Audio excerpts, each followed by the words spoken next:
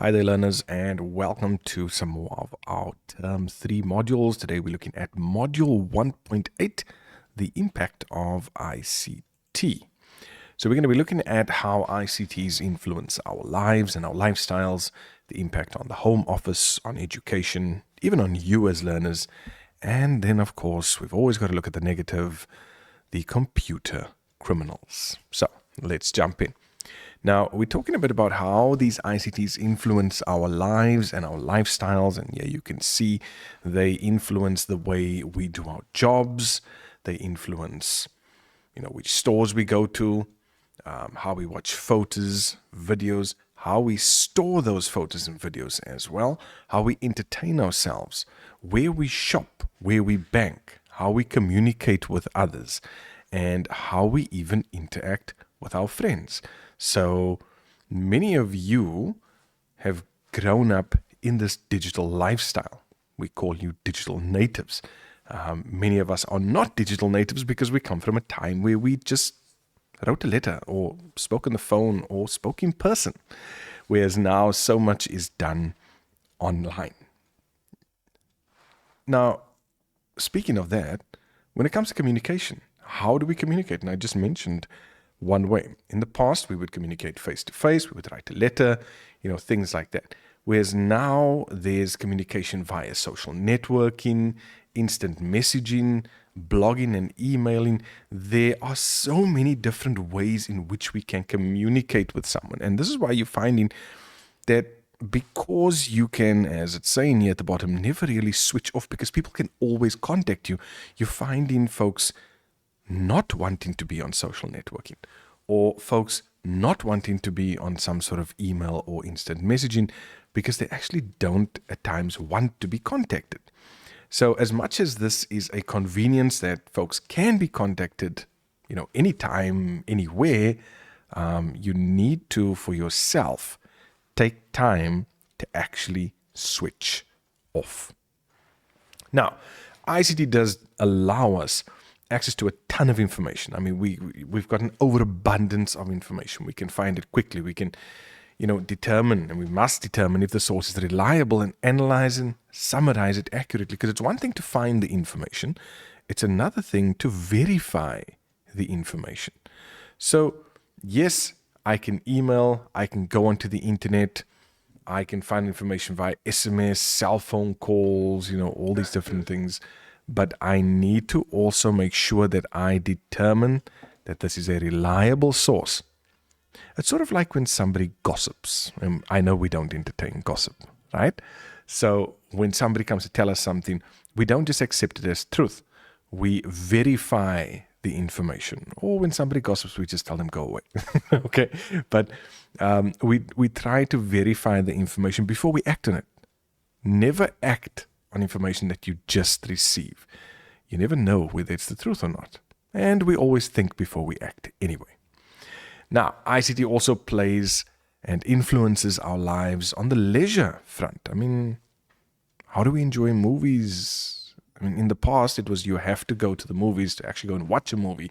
Now you can do everything at home, on a tablet, on a cell phone. It's changed the way we listen to music, printed media via the internet. I mean, a lot of the printed media is sort of falling away, and we're finding more of these platforms going online. Video on demand, which means we get to watch what we want when we want it. Internet TV, online travel bookings, online computer games. I mean, it was crazy to think that years ago that you could play games online with people from around the world. It was unheard of. Today, it's common practice. Fitness programs in front of the TV with a gaming console, Nintendo Wii. Okay, crazy how it's influenced our lives on the leisure side of things as well. It has an impact on the home office because now ICTs allow us to type and edit documents at home. It helps us to keep track of accounts. It helps us to communicate with clients and suppliers, file and organize client data, and even advertise your products and services from home.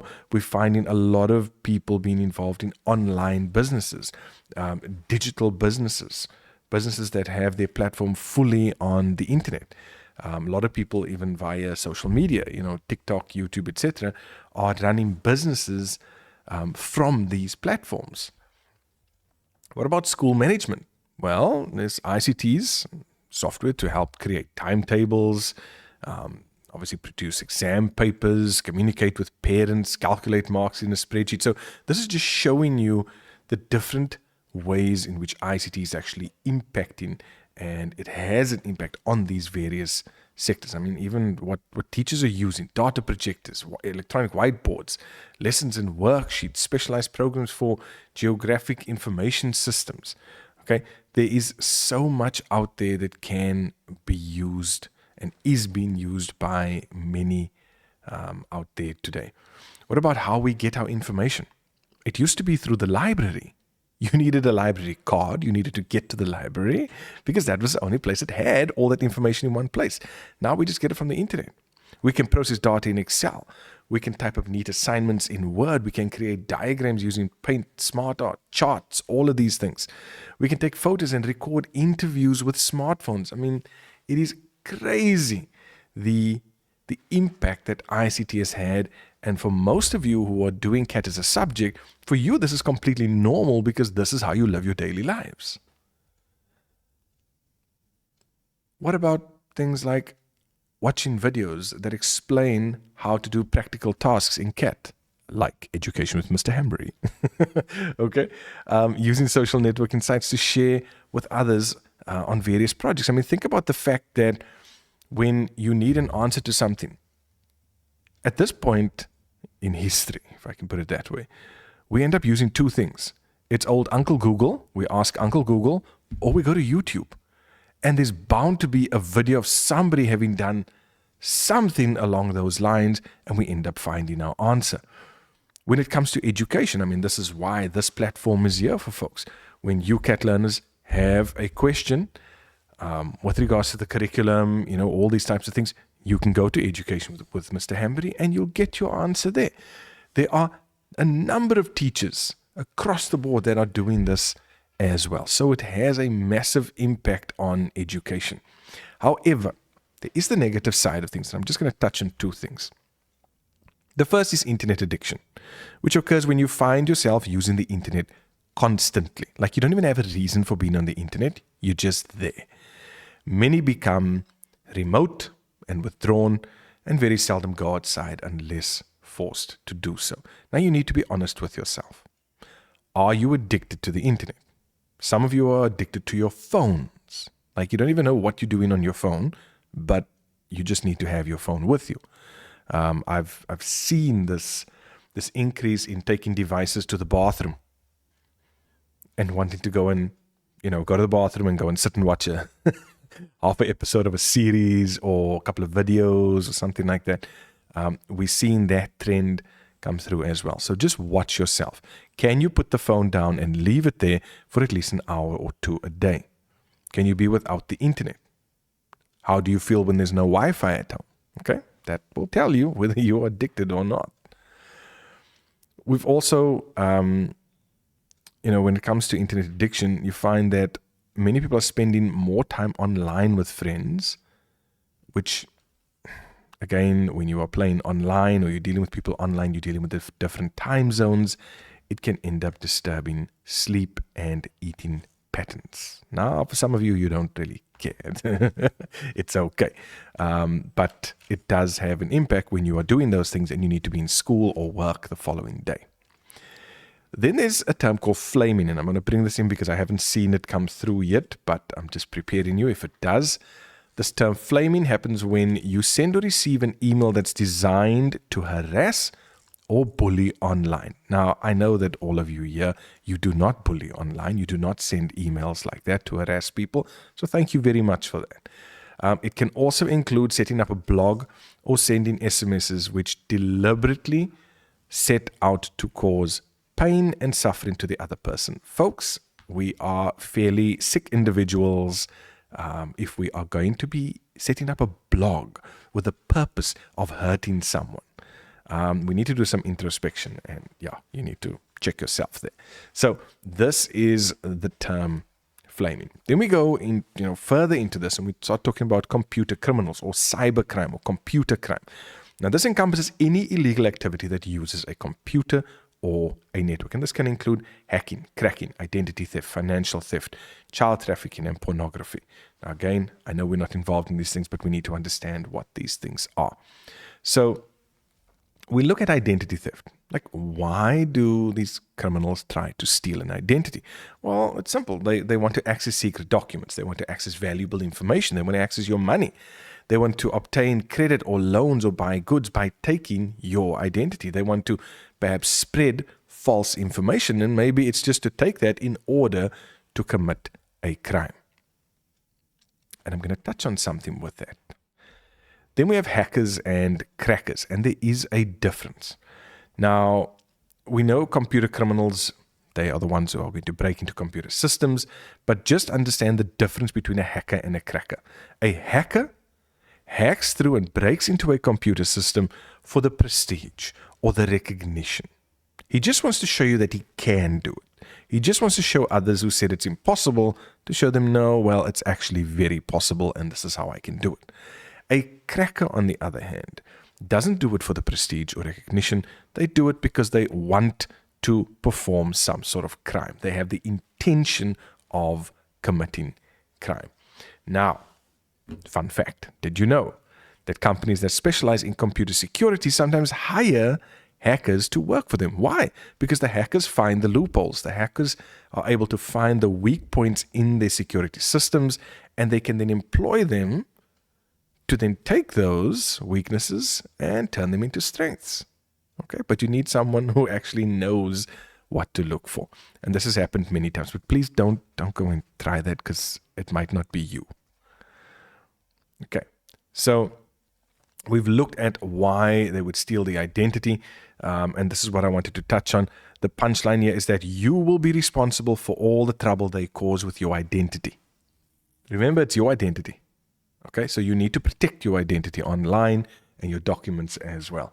Police departments estimate that a large part of all cybercrime today involves some form of identity theft. I mean, I don't know if you've watched the movie, I think it was Identity Theft, something like that. And very funny what can happen, but not so funny when you are the victim. Now, the two most common ways that they commit this is through phishing and spoofing. And I just want to show you this quickly. Some of the latest cybercrime stats. So you can see that this is not some sort of pie-in-the-sky story. This is a real thing that takes place around the world. Look at this. The UK had the highest number of cybercrime victims per million internet users at 4,783 in 2022. That's up 40% over the 2020 figures. The country with the next highest number of victims per million internet users in 2022 was the USA, that had a 13% increase. 1 in 2 North American internet users had their accounts breached in 2021. 1 in 2 North American internet users. 2021, according to these stats, saw an average of $787,000 lost every hour due to these data breaches. Now, just try and convert that into rands. That is a huge sum of money every hour. Look at the UK. 32% of UK businesses reported suffering a cyber attack or breach in 2023. That was just last year. For medium businesses, this rises to 59%. 69% of large businesses reported an attack as well. And look at this.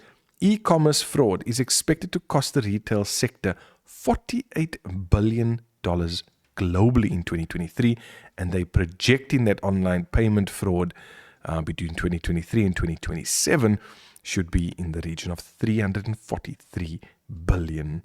That is a massive amount of money, which means this is a massive industry, and this is why these criminals continue doing this.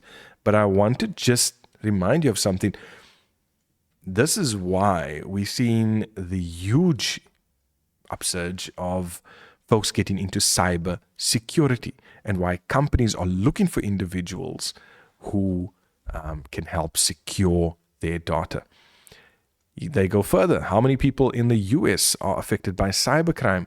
An estimated 53 million citizens were affected by cybercrime in the first half of 2022. Between July 2020 and June 2021, the US was the most targeted country for cyber attacks, accounting for 46% of attacks globally. US citizens lost 6.9 billion. I don't want to hit you with a whole lot of stats, but I just want you to see that this is a real thing. Cybercrime is not some small thing. It is a massive, massive problem worldwide. Okay, so we have phishing and spoofing. So let's use the example of a bank. You've got a bank account, and these guys are trying to get your details. So phishing is a form of internet fraud which aims to obtain valuable financial information such as your credit card details, ID numbers, maybe your bank account details, your bank username and password, etc. Now, how do they do that? When we talk about phishing, you need to think about normal phishing.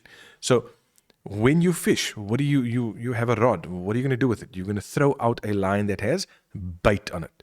So the bait can come in the form of an email coming to you from the bank. It could be an SMS that says, you know what, just update your details, click on the link provided, and enter your details. So they are trying to obtain your information. So they are throwing out bait, hoping that you are going to bite into this and click on that link and, respond to that email. Now, these two work together because spoofing is where these cyber criminals create a fake website. So now they've sent you the link, you click on it, and it takes you to a fake website that looks identical to the original site. However, this fake site is located on their server, these cyber criminals, and it is in no way linked to the real one. So you go into a site that looks exactly like the real one, you put in your details, but it's on their server, so who's getting that information? They are getting your username and password, and they can then use that to do what they want to. Now, again, there are different ways in which they try to steal your money, and here you can see, phishing, fake websites, fake virus alarms for you to buy protection software, bogus lottery winnings. Oh, this is an old one. They send you a message, they send you an email, they say you've won the lotto, you've won something where you just need to confirm your details. Folks, if you haven't entered a competition, you cannot win. Okay, you can't. What about employees? Like, how do the ordinary employees fit in? Now, employees have the easiest access to computers. These are the people who work at the workplace. So they have access to various systems and to certain rooms and to certain computers. They have access to the computer equipment, software, sensitive information. Computers can be stolen. Data can be stolen. Sensitive information can be stolen. And there's also the impact of revenge actions against perceived injustices by the company. So somebody does something, they get fired, and in a fit of rage because they've now been fired, they think, okay, well, I'm going to take all the computer data, or I'm going to load a virus. Like I know one guy in America did that. He was going to be fired. He loaded a virus that would only activate about a month or two after he left, and it wiped their servers clean.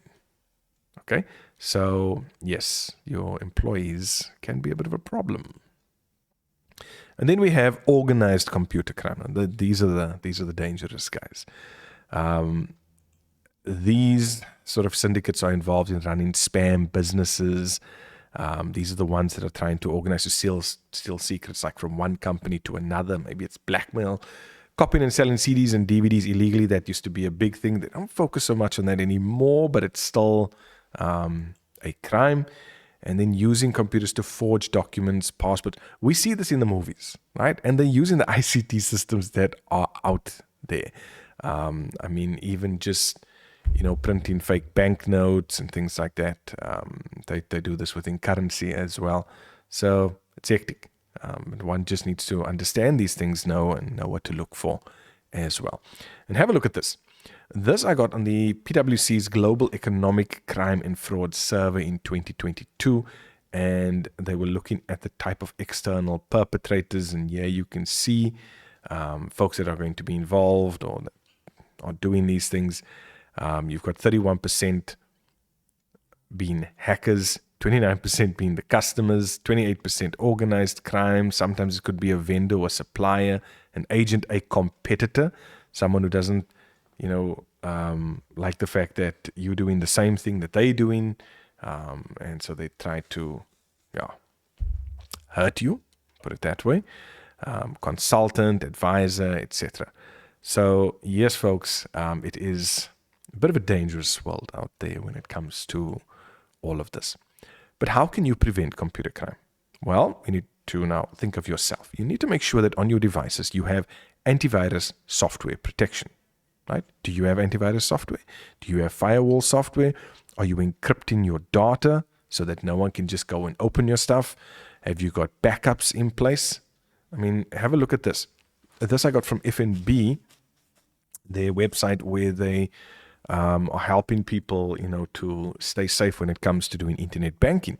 And they say avoid public terminals for internet banking. So don't just go into any place and go do your internet banking, like, a public internet cafe or something like that. Only do your banking via a wireless hotspot if you are certain of the integrity of the connection.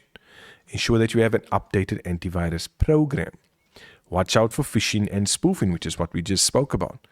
Select a user ID and password that cannot be easily guessed and change these regularly. And most people don't do that, right? Ensure the computer software is up to date. Make sure there's a padlock displayed on your browser to indicate that it is secure and it's verified, and obviously never provide your password over the internet by email or over the phone to anyone. And folks, that takes us to the end of module 1.8.